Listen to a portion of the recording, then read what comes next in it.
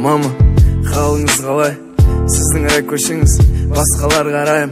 Қазір жолда тұрмын, сол баяғыдай. Я шын айтамын, жол тарттым сізге қарай. Әрине әзірлеңіз, шайыңызды сағындым. Ауасын ауылдың, иісін бауырдың. Сағындым, шыны керек сағындым. Иісін бауырдың. Әкеме айтшы, мама, дайындасын жылқыларын. Шауып қайтайықшы, асып дала қырларын. Далада отырып айтатын көп сырларым. Себепші